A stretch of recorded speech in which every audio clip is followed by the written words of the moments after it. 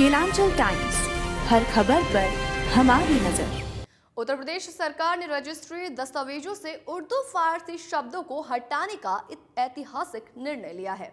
इसके अलावा अब सब रजिस्ट्रार को उर्दू की परीक्षा नहीं देनी होगी। अभी तक लोक सेवा आयोग से चुने जाने के बाद भी सब रजिस्ट्रार को अस्थायी नौकरी के लिए ये परीक्षा पास करनी पड़ती थी। इसका कारण आधिकारिक दस्तावेजों में उर्दू और फारसी शब्दों का अत्यधिक प्रयोग था।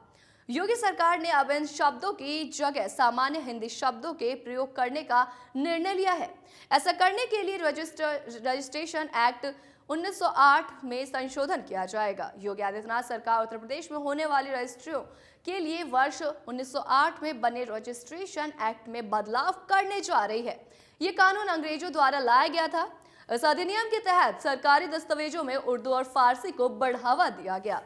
इस कारण से अधिकांश रजिस्ट्रियों में उर्दू और फारसी में बहुत सारे शब्द हैं और ये शब्द इतने जटिल हैं कि आम हिंदी भाषी लोग इन्हें नहीं समझ पाते। सरकारी दस्तावेजों में उर्दू और फारसी के व्यापक उपयोग के कारण रजिस्ट्री अधिकारियों को भी ये भाषाएं सीखनी पड़ती हैं।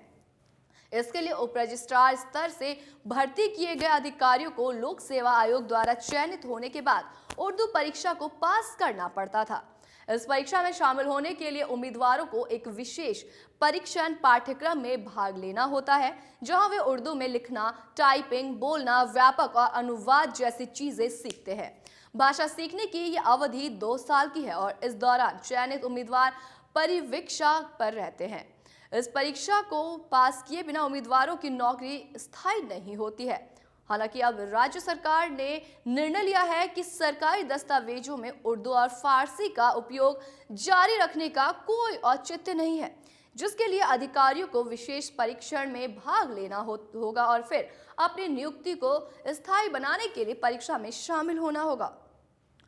साथ ही बता दें कि योगी आदित्यनाथ सरकार ने फैसला लिया है कि इस परीक्षा की जगह अब कंप्यूटर का ज्ञान लिया जाएगा और इसके साथ ही उर्दू और फारसी शब्दों को सरल हिंदी शब्दों से बदलने के लिए स्टैंप और पंजीकरण अधिनियम 1908 में महत्वपूर्ण बदलाव किए जा रहे हैं, जिन्हें हर कोई समझ सकता है।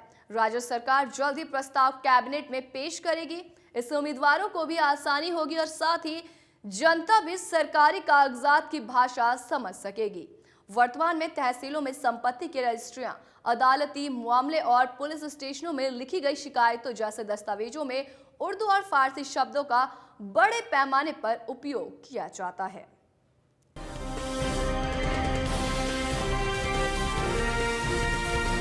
केलांचल टाइम्स, हर खबर पर हमारी नजर।